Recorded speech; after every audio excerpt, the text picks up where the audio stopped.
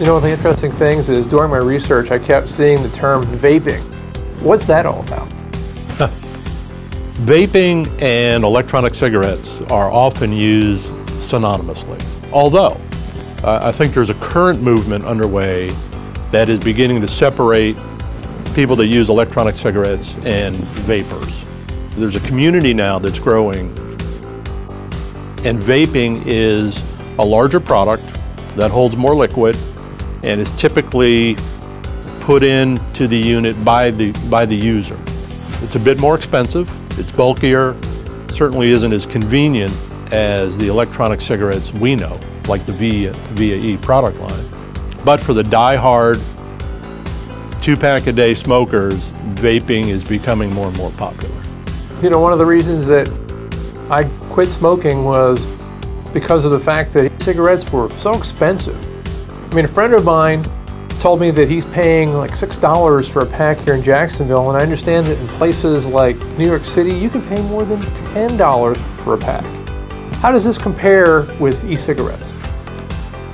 New York City is one of several locations where cigarettes are at a premium in terms of the cost.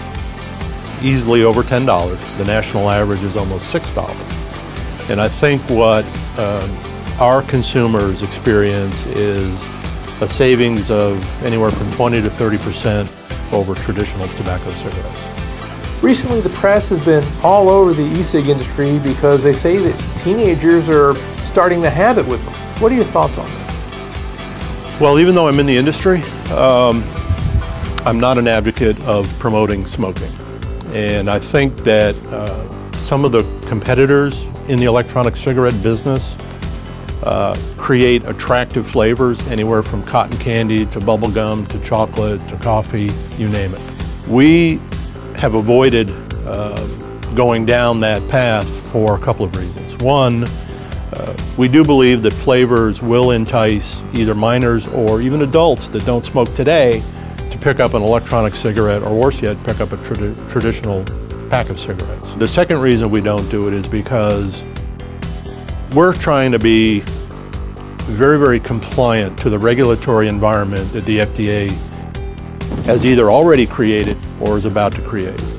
And it's our understanding that flavors are certainly subject to further evaluation by the FDA. I mean, if you look at traditional tobacco products, menthol, which has been around for years, is now in a questionable environment as to whether or not the FDA is going to allow continued sale of menthol cigarettes.